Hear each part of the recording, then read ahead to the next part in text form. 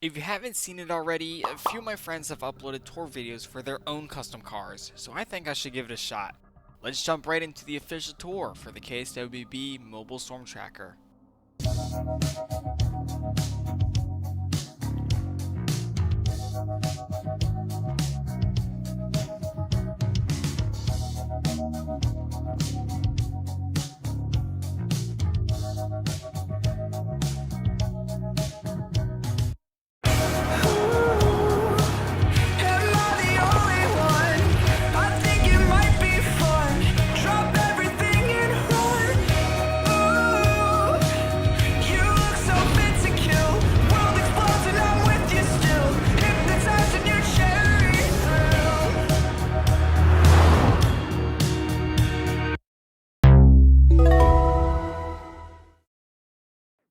Okay, so starting with the basics of this vehicle is a modified 2015 Chevy Tahoe Police Patrol vehicle, and it's built specifically for broadcasting for KSWB-TV.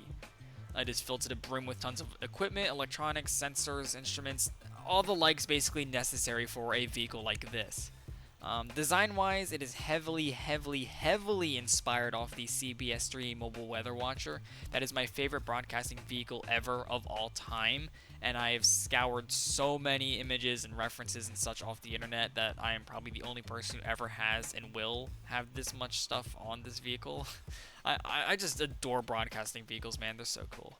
I want to preface first, though, that the base vehicle here was not made by me. I kinda just, yeah. Most parts on this vehicle are actually either free models, parts I made myself in studio, or parts I had help with from Medic Orsino in studio when I was in the earlier stages of building this.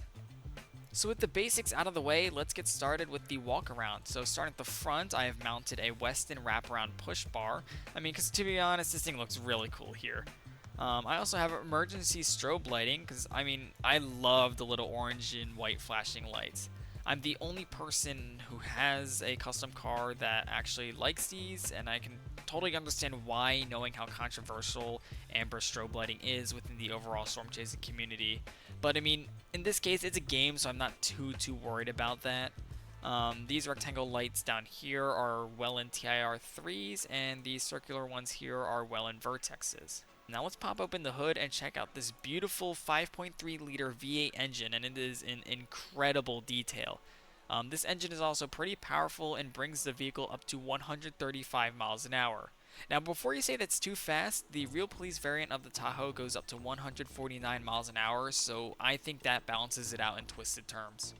Moving to the left side, I have a ton of decals because, come on, it's a news SUV. These things have decals and stickers plastered all over them. This Newsbreak logo is provided from Jesse. He made this logo and it looks really sick. We also have the Mobile Storm Tracker logo, the 7 Warren Storm Team logo, memorial stickers for Theonkening and TwistX, some sponsors, and back here there are advertisements for KSWB. These social media handles are fake. I just made them for the sake of making them. However, I have actually made a YouTube channel and a Twitter for KSWB, which I will be posting on there with things to make the stuff actually seem like a real news station, which is going to be really fun to do. Bringing it around to the rear, I have more emergency strobe lighting and decals. My favorite decal right here is the Hazleton Skyline. It was so fun to make, and I added a bunch of the iconic buildings and structures here. It turned out so good. Popping open the trunk, there's an equipment rack with cameras, radios, microphones, wire coils, and just basically anything a news crew really needs. There's also pull-out TVs on the left side, and also Medic added a power box because he said there would be no way this vehicle would be able to run all the electronics on just a car battery alone, and I totally agree. Moving on to the right side, there's more stickers, decals, sponsors, and all the like there. These boxes here are in order to plug in the camera, so you can have a camera set up externally here if you want to film out this way. Jumping up to the roof rack, there is a ton of equipment. Let's start with this back here. A lot of people confuse this with a radar, but this is actually a deployable Ku-band satellite dish. This dish communicates a satellite uplink and sends live feedback to the studio in the event of low cell coverage, and it's also able to retain stable, high-quality streaming. It has no true function in game, it's really just there for looks. But because it's so large though, raising the dish will drop my maximum wind threshold by 10 miles an hour, which can be a little bit of an issue if I get myself stuck next to a tornado. Right beside the dish we have this mast with a probe stuck on the end of it. That probe is going to be reading humidity and temperature, however that has not really any function in game, it's just there for looks. While on topic on the deployment system though, we have these jack stands in the back here. When deployed, these jack stands are really only there for stability and support, so it'll only increase my threshold by 10 miles an hour, which will counteract the stability decrease from the satellite dish. On the front of the roof rack here we have the PTZ camera. This is a PTZ camera built by Rough Ride. These things are really cool but expensive. So they'll cost you about like $6,000. However, they can zoom up to I think it's like 36 times with a 12 time digital zoom, film at 60 FPS. They also include an onboard white or infrared lights. The lens includes wipers and also pretty good image stabilization. It's legitimately a beast of a camera and they're just so cool.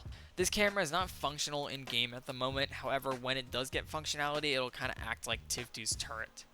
All over the roof rack you can see I put light bars all over, obviously to help light up the area in the dark. And also back here I have directional amber lighting. This is in order to direct traffic away when I'm trying to like shoot a tornado. Let's take a look inside the actual vehicle now. So hopping in you'll notice there's a lot more cameras. There's actually 6 cameras.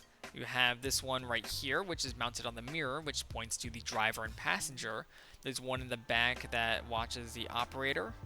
There's also a dash cam, the roof mounted PTZ we went over with already, and also a hidden one in the rear. And right here on the center console we have the PTZ camera controls. It has a little joystick and all these buttons here, and above that there's another control panel.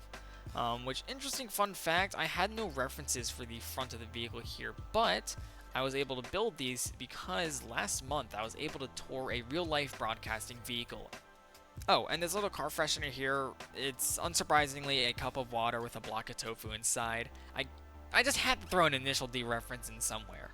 Switching around to the operator seat, there is a plethora of electronics. You got screens, dials, switches, basically anything and everything you can think of on a broadcasting computer setup like this. There's also a bunch of sticky notes left from the KSWB producer that's complaining about me or my habits, and I was not really too happy about all those sticky notes. If you actually see this vehicle in game, I'd suggest taking the time to look at the sticky notes. I have a bunch of little fun things I did with some friends and I with the notes. Same with all the labels on this vehicle. None of them have filler words. I've actually written things out and I just had a lot of fun with that. Oh, and also on the desk you can see this glorious man face mug. That is one of my favorite things I own in real life. I just had to include it in here. And hidden below the desk is a stolen tack document from Ragu. I hope I'm not going to be hunted by the facility when he finds out about this, but only time will tell. And that's it for this video. I know this video is a bit shorter than my usual kind of content, but my friends are doing videos just like this on their own vehicles, and I'm also really excited to share this vehicle because I've been working on this on and off since November. It essentially became a massive passion project for me. But if you like short videos, let me know. It was pretty fun making this, and I would be totally down if you guys like these to make more. So, anyways, good luck on your next chase. Hope to see you guys on the roads of Keysota.